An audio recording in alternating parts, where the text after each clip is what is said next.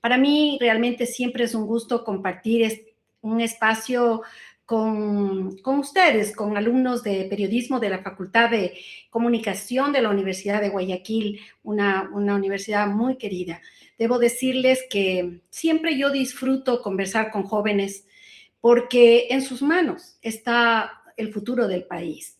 Hoy quisiera invitarles a reflexionar sobre un tema que forma parte de nuestra historia como país, la migración. Cuando pensamos en un migrante, solemos imaginar a alguien que viaja en busca de un mejor empleo.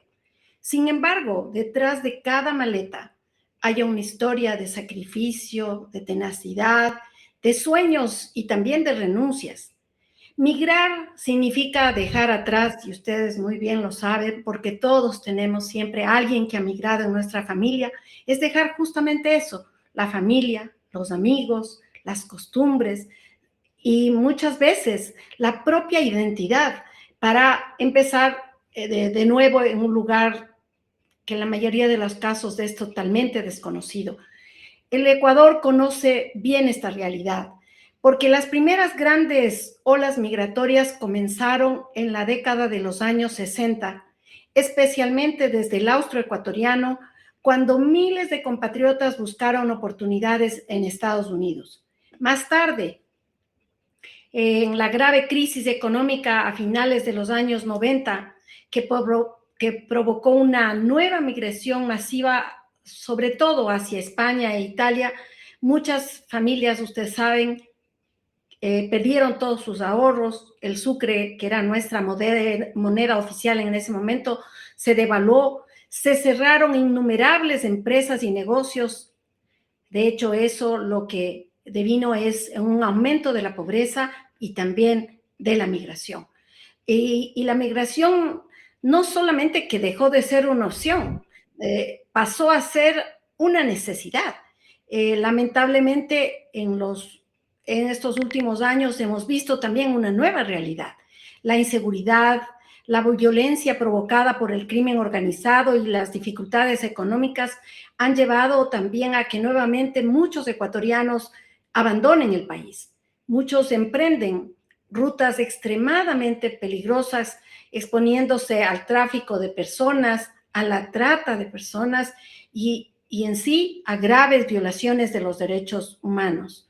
Ustedes recordarán las imágenes que veíamos a los ecuatorianos tratando de cruzar la selva del Darién en Panamá para de ahí poder acceder a los Estados Unidos o a través de México o las propias fronteras de los Estados Unidos.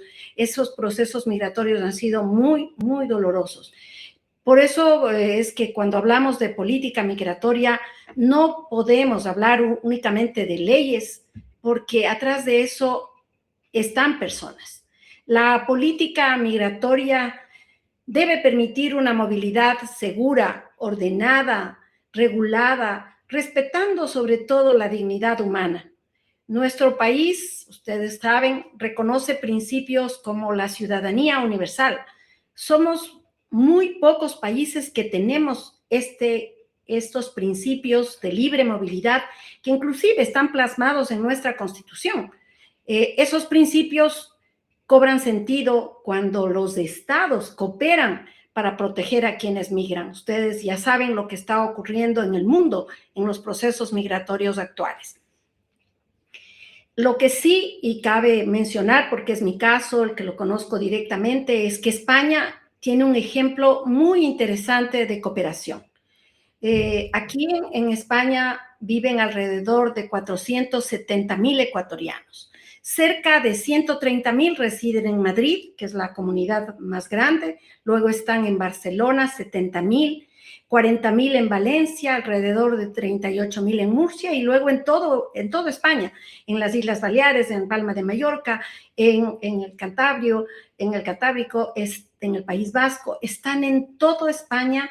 Los de la primera generación registrados son 470,000, pero ya tenemos los hijos de ellos que nacieron aquí o que les trajeron pequeños, ya cuentan como españoles y por tanto hemos calculado, haciendo una proyección de crecimiento mínimo, 650,000 ecuatorianos que estarían viviendo ahora mismo aquí en España. comunidad, que es muy grande, debo decirles que nos debemos sentir todos orgullosos. Es una comunidad trabajadora, muy disciplinada, honrada, que sin duda ha contribuido al desarrollo de España, pero básicamente en los sectores de la construcción, la agricultura, la hostelería, los cuidados y el servicio doméstico. A eso han venido a contribuir nuestros compatriotas. Sin embargo, quiero decirles que si bien ahora somos 650,000, son 650,000 los migrantes, en la década de los 2000 llegaron a ser 1,000,000. Era la primera migración de todos los países aquí en España. Llegaron de manera paulatina, porque en ese entonces, en la década de los 90 y 2000, España no exigía la visa. Entonces iban justamente ingresando de manera paulatina, como les digo.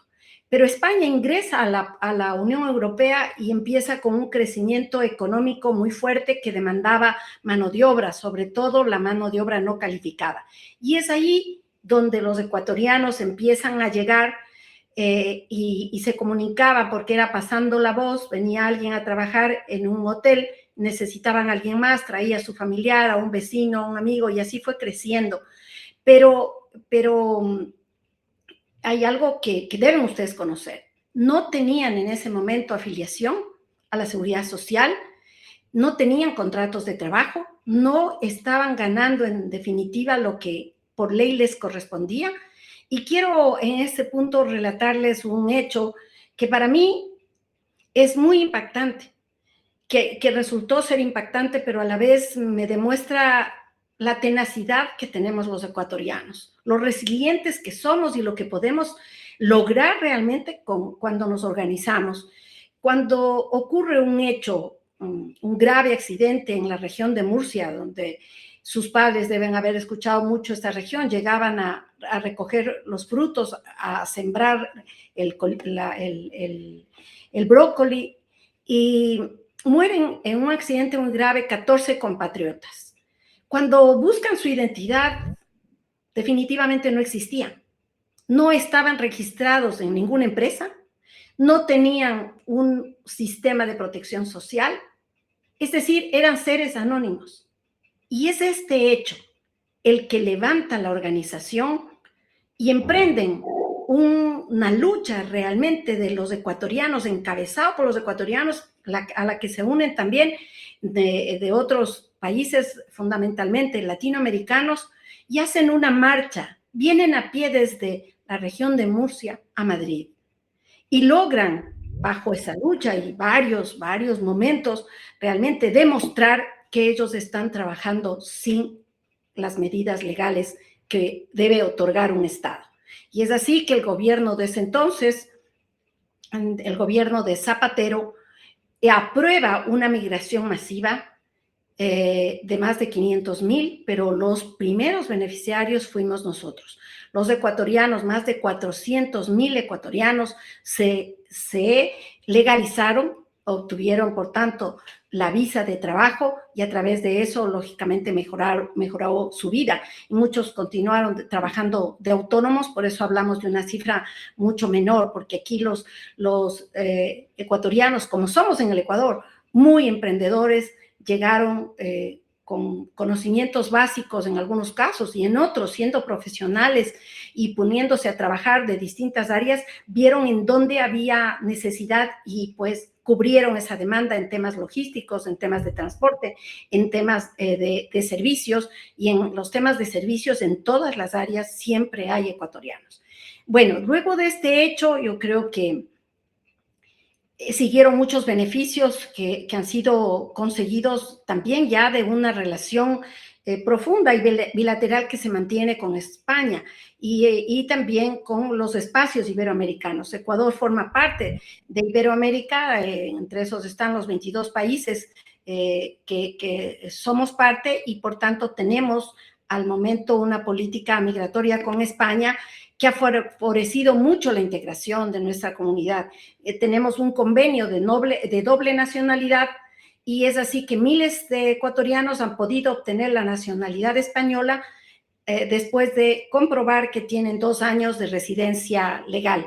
en el último año, en el 2025, más de 13.600 ecuatorianos adquirieron la nacionalidad española. Esta es una cifra que demuestra el grado de integración alcanzado.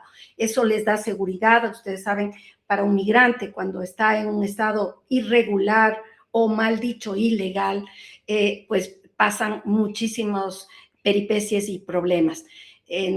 Pero hay que decirlo, que aunque tengan esta legalización, estos documentos en regla, no desaparecen las dificultades. Nuestros compatriotas enfrentan desafíos muy complejos. El desarraigo familiar, los que han llegado ya posterior a los 2015, la nostalgia, eso siempre lo mantienen, sufren en los colegios, en centros de estudio y de trabajo, la discriminación. Hablamos el mismo idioma, pero de hecho somos distintos, nos reconocemos por nuestro color de tez, es muy fácil identificarnos los ecuatorianos como nosotros, estamos en el país, podemos casi claramente decir esta persona es costeña, esta persona es de la sierra. Aquí no reconocen igual a los ecuatorianos y muchas veces, por suerte, no es un problema masivo, pero sí existe estos problemas. También el tema de la precariedad laboral, porque siguen en la mayoría de los casos trabajando en áreas de servicios. También han tenido que atravesar el tema en la dificultad de homologar títulos, aunque eso lo hemos superado, estamos en un gran avance, ya les comentaré, pero también han tenido que aceptar muchas veces trabajos por debajo de su formación profesional. Yo mismo he visto aquí como profesionales que están desempeñándose en temas de limpieza o en cuidados de adultos mayores o que están ejerciendo títulos, ejerciendo tareas aunque porque sus títulos no han sido reconocidos. Frente a esta realidad, hay una herramienta capaz de cambiar completamente la vida de una persona, y es la educación. Y yo les debo decir que cuando yo llegué a la embajada, no estaba entre las acciones de la embajada el tema educativo. Es una iniciativa que nace precisamente siguiendo la visión del gobierno que yo represento, del presidente Noboa, cuando él empieza a buscar las becas para los ecuatorianos. Yo dije, tengo que buscar también para las becas para los migrantes. Y es así que hemos logrado conseguir muchas becas, porque sabemos que la educación rompe el círculo de vulnerabilidad, permite acceder a mejores empleos, facilita la integración social, fortalece la autoestima y abre oportunidades que transforman no solo personas, transforman sociedades, transforman a las familias. Yo siempre señalo que una embajada moderna no puede limitarse únicamente a controlar a los consulados para la emisión de pasaportes o para realizar actos protocolarios o, lógicamente, que fortalecer la relación bilateral. La diplomacia del siglo XXI debe ser cercana a la gente. Y esa es, desde mi perspectiva, lo que yo he impuesto, esa ha sido la impronta que yo he puesto en esta embajada, porque yo no, ustedes saben, yo no soy diplomática de carrera. Cuando se leía un poco de mi hoja de vida, ustedes ven que yo siempre he estado en el servicio público. Y el servicio público para mí es la oportunidad de servir a la gente, de buscar los beneficios para la gente, de crear oportunidades. Y por eso buscamos las becas. Y buscamos las becas, que no es fácil, porque aquí tenía que yo golpear puertas, tender puentes en universidades que para mí eran desconocidas. Viajé a varias ciudades, por ejemplo, tenemos un acuerdo con el Grupo Planeta, de Universidades Planeta, y tuve que viajar a Barcelona, varias semanas de diálogo, igual a La Rioja, a Logroño, a hablar para que nos den becas de la UNIR, o también la Universidad de Nebrija o Carlos III, y en varias universidades de España. Luego ya hemos abierto también campos en las becas de universidades ecuatorianas. Y les decía que si bien esta área, que para mí es fundamental, no he descuidado tampoco el, el motor de lo que debe ser también una relación bilateral, es decir, cómo fortalezco las relaciones entre España y Ecuador, cómo logramos que tengamos pues mucho mejor intercambio de experiencias. Y así es que hemos suscrito unos convenios de educación para certificaciones eh, laborales entre el Ministerio de Educación de España y el SECAP en el Ecuador, un memorándum de entendimiento de agricultura. España es pionero, es básicamente el granero de toda Europa y tiene procesos de agroindustria maravillosos que podemos nosotros, de hecho, aprender. Turismo es una potencia, España vive del turismo, su primer componente económico es el turismo, y hemos hecho también un acuerdo que estamos a punto de firmar de homologación de títulos para el tema justamente de que los ecuatorianos puedan venir y trabajar de manera digna aquí. Estos convenios, les decía, han sido también un esfuerzo que ahora mismo ya lo que estamos es implementando. Hicimos también un acuerdo con la Comunidad Autónoma de Madrid. Ahora se reconoce la experiencia de los ecuatorianos porque muchos vinieron con conocimientos, por ejemplo, de electricidad o siendo plomeros o constructores y llegaron acá y pudieron trabajar en lo que encontraron. Hoy, a través de estos convenios que hemos logrado, se puede reconocer la experiencia cuando trabajaron en el Ecuador, puede demostrar que aportaron a la seguridad social o una empresa les puede certificar que trabajaron como electricistas y ya no se quedan con su trabajo que casi siempre es básico, sino pueden ir a lo técnico y los técnicos aquí son muy bien remunerados y eso hemos logrado que muchos compatriotas estén en ese proceso precisamente de certificación. Pero vuelvo al tema de la educación, porque yo creo que quizás va a ser el sello de lo que ha sido mi gestión en más de 2 años y medio, porque hemos logrado oportunidades.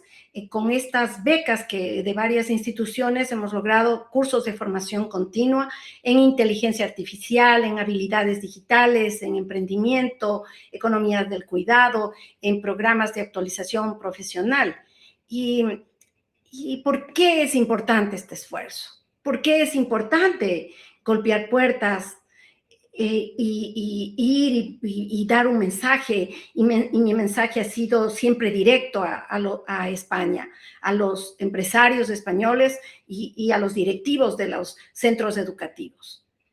Ustedes han recibido el trabajo incansable de ecuatorianos aquí, que han venido a dejar sus mejores años de trabajo para que España progrese, cuidando a sus niños, cuidando a sus adultos mayores, atendiendo a la gente en el campo, sembrando, plantando, cosechando, cuidando de los hoteles. Esa gente que le ha hecho productiva a España tiene sus hijos. Ahora es el momento que ustedes devuelvan, sean recíprocos con ellos, y por suerte he tenido esa sensibilidad desde los directivos y he podido ahora decirles que hemos logrado becas y también importantes descuentos económicos, que eso representa una beca, que representa la oportunidad también de cambiar el rumbo de vida.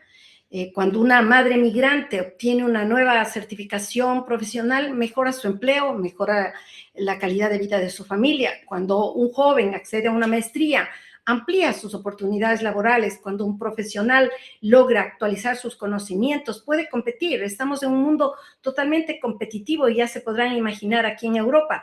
Por tanto, esas oportunidades también es diplomacia. Ese es un trabajo que ha permitido el diálogo y a la vez la cooperación con resultados. Muchas veces imaginamos que la diplomacia consiste únicamente en reuniones oficiales, en recepciones, ceremonias, que también son importantes porque representamos al Ecuador, pero en realidad para mí la diplomacia moderna consiste en construir oportunidades para la gente. Significa fortalecer las relaciones bilaterales, como ya les he demostrado, que tenemos 5 convenios firmados con ministerios de España, pero también significa comercio, porque nosotros tenemos con España un comercio positivo. Nuestra balanza comercial es positiva, es decir, nosotros le vendemos más a España que lo que nosotros le compramos. Tenemos una balanza de pagos muy favorable al Ecuador. Aquí se vende igual que en todo el mundo los productos estrella, el camarón, el atún, el chocolate, el cacao, las flores y productos nuevos que están ingresando. Pero también quiero decirles que también es inversión. También hemos logrado que empresas españolas que han sido motivadas desde la presentación de esta imagen de un gobierno que da apertura, que permite que lleguen las inversiones y que permite que se instalen empresas, tenemos ahora mismo una empresa que está apuntando en el tema energético al Ecuador con un desarrollo de 650 millones de inversión en el Ecuador, que a la postre será también beneficio en empleo. Entonces, esas son un poquito de las acciones que hemos venido desarrollando y que quería decirles que son parte del trabajo que se realiza desde la diplomacia, pero que también significa este tema importante de fortalecer pues nuestra generación de cooperación. Y decirles, quizás permítanme terminar con una reflexión. Ustedes son una generación que vive en un mundo completamente globalizado. Probablemente muchos de ustedes estudiarán en otro país, a futuro realizarán intercambios académicos o incluso desarrollarán ya su carrera profesional fuera del Ecuador. Si algún día eso sucede, siempre recuerden que siempre podrán cambiar de ciudad, de idioma, de continente, pero nunca dejarán de ser ecuatorianos. Y recuerden también que el mayor equipaje que pueden llevar un migrante no es una maleta, es su educación. Muchísimas gracias por su atención. Muchísimas gracias a usted, embajadora Wilma Andrade, por esta magistral y esclarecedora exposición. Sin duda nos deja una radiografía muy clara de los retos que enfrenta nuestra comunidad en el extranjero y de cómo la educación se consolida como un pilar de dignidad y movilidad social, con el tema de las certificaciones, incluyendo que es parte de lo que mencionaba, ¿no? Para dar inicio formal a este espacio de diálogo, me voy a permitir formular la primera interrogante de la tarde y noche, conectando su valiosa trayectoria con el propósito que nos convoca hoy. A lo largo de su carrera legislativa, usted fue una referente impulsora del Parlamento abierto y la participación cívica directa, teniendo en cuenta que nuestra comunidad migrante en España necesita canales reales para hacerse escuchar sin importar la distancia. ¿Cómo valora usted el impacto de las herramientas de tecnología cívica en tiempo real como Polivoz para mapear las necesidades de la diáspora ecuatoriana y conectar la voz de nuestros migrantes con la gestión pública y diplomática? Bueno, a mí me parece que es fundamental. Ustedes más que nadie saben que estamos en una era digital y que ahora justamente a través de herramientas, de plataformas, se puede conocer las necesidades. Y no solo las necesidades, porque estos instrumentos y estos mecanismos lo que sirven es para solucionar los problemas. Es sin duda, además, también el intercambio de experiencias que puede darse. Para los migrantes es clave. Ellos hay que reconocer que tenemos quizás en eso una dualidad. Tenemos los migrantes que llegaron, que yo digo los de la primera generación, que llegaron, como ustedes, como ya me han escuchado, a cubrir el tema de servicios y de cuidados. Ellos no tuvieron la oportunidad, pues, de desarrollar sus habilidades digitales.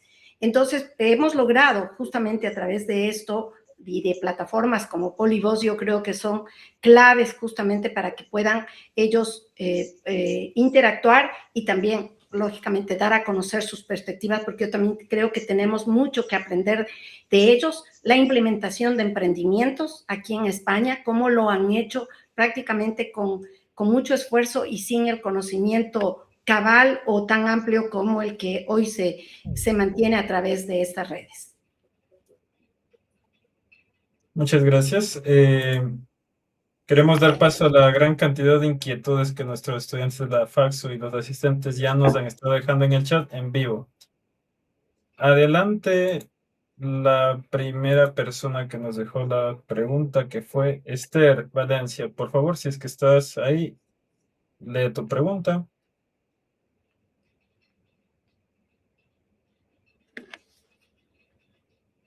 Ya, bueno, no está, me parece, pero la pregunta es, para los ecuatorianos que desean regresar al país, ¿qué programas o apoyo brinda la embajada y el gobierno?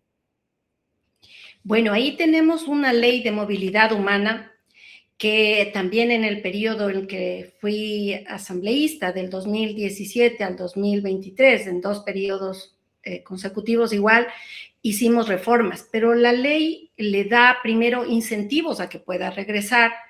Primero es de que todo el menaje de su casa, todo lo que conlleva su vida, porque es poner en maleta su vida, pueda ingresar al Ecuador sin ningún pago de ningún impuesto. Si tiene un trabajo aquí, si ha tenido un emprendimiento, puede llevar su maquinaria. Tienen también créditos, se reconoce además la doble afiliación, es decir, la afiliación patronal o la afiliación, perdón, de la Seguridad Social Española con la afiliación en el Ecuador. Esto ayuda muchísimo porque cuando retornan es casi siempre después de un largo periodo de haber estado aquí. La ley les permite muchos beneficios y entre esos los que he mencionado.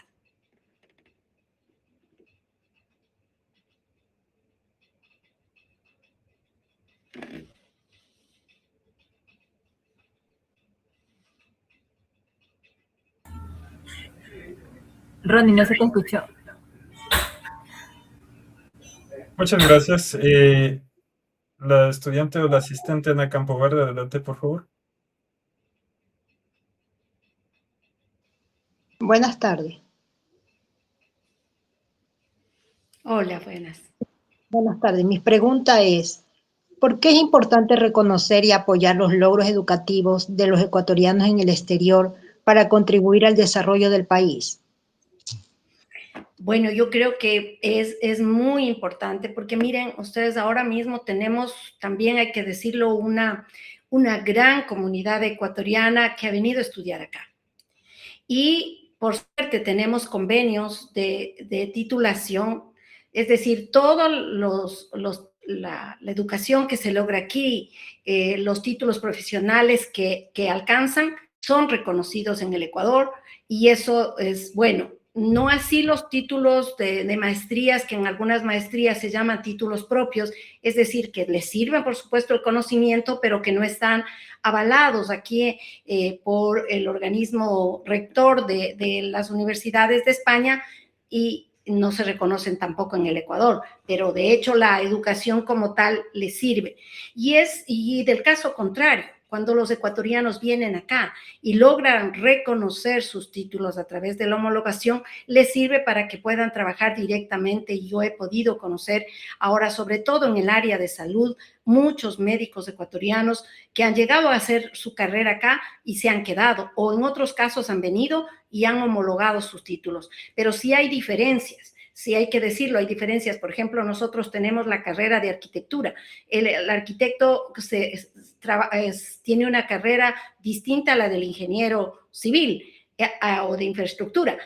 Aquí primero tiene que ser ingeniero y de ahí toma como una rama la arquitectura. O igual en la odontología. Se gradúa usted de odontólogo en el Ecuador, acá no puede ser porque aquí primero es prácticamente, llega casi a ser médico y escoge una especialidad y una especialidad es la odontología. Pero volviendo a la pregunta, yo creo que es fundamental para su desarrollo personal, familiar y por supuesto también para el impulso del Ecuador, porque los ecuatorianos cuando vienen acá nunca dejan de enviar las remesas, las ayudas familiares, que a la postre también han permitido una solidez a nuestra economía. Excelente, muy buenos datos que nos brinda. Luis Solís, por favor, le cedo la palabra. Buenas tardes. Mi pregunta es, ¿qué oportunidades educativas considera que los ecuatorianos están aprovechando más en España? eran difíciles de conseguir.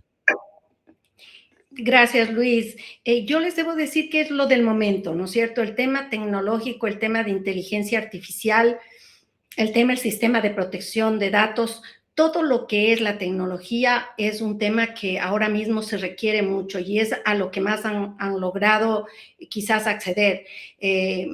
Para el ejemplo, conseguimos de la Universidad Internacional de La Rioja 1.500 becas para toda España. Las dividimos de acuerdo al grupo poblacional, es decir, el grupo mayor quedó para que se repartan las becas aquí en Madrid, pero igual se repartió para todos los 6 consulados que se mantienen aquí y entonces ahí se logró pues que esas 1.500 becas, todas en inteligencia artificial, se alcancen y se puedan realmente conseguir esos beneficios. Entonces, tienen una certificación dada por una universidad que a la larga no les sirve solamente en España, porque como es un certificado de una universidad española, les sirve en toda la Unión Europea. Gracias. Estudiante Zulín Moscoso, por favor.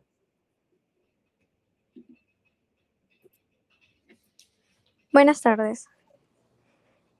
Mi pregunta sería, ¿qué papel juega la educación en la integración y el desarrollo profesional de los ecuatorianos que emigran al extranjero? Es clave. Aquí yo creo que ustedes entenderán, es fundamental porque, miren, vemos la realidad y a mí me ha tocado ver de cerca cada historia de vida de los que llegaron acá sin formación. Ha sido muy difícil, ha sido una educación muy dura, ha sido un trabajo, mejor dicho, muy duro, pues han tenido que emprender en los trabajos más duros, en los trabajos en los que los españoles no han querido realizar. Pero ahora tenemos procesos migratorios mucho más regulados cuando vienen técnicos sobre todo o vienen profesionales. Tenemos ejemplos que, claro, ya quisiéramos que sean muchos, pero sí tenemos ejemplos importantes que ahora, por ejemplo, está una médico de jefe de una unidad hospitalaria de uno de los hospitales del Gregorio Marañón, uno de los hospitales más grandes de toda España. Y ella es profesora además de la Universidad Complutense. Y tenemos así muchos médicos que están en grandes momentos, son muy apreciados y lógicamente eso retribuidos económicamente también. Entonces es importantísimo. La educación es clave y también lógicamente saber si ese título que yo tuve en mi país me sirve acá. Porque ya les digo lo frustrante que ha sido para nosotros para poder ayudarles a los odontólogos. Ellos no lo pueden hacer. Bueno, están sometiéndose ahora a hacer una maestría y a igualar sus estudios para poder homologar su título. Es decir, eso es totalmente indispensable, como es en el Ecuador. Tener un título le abre las puertas de un mejor trabajo y mejores oportunidades. Valiosa información, eso es muy, muy cierto. Talía Criollo, por favor, adelante.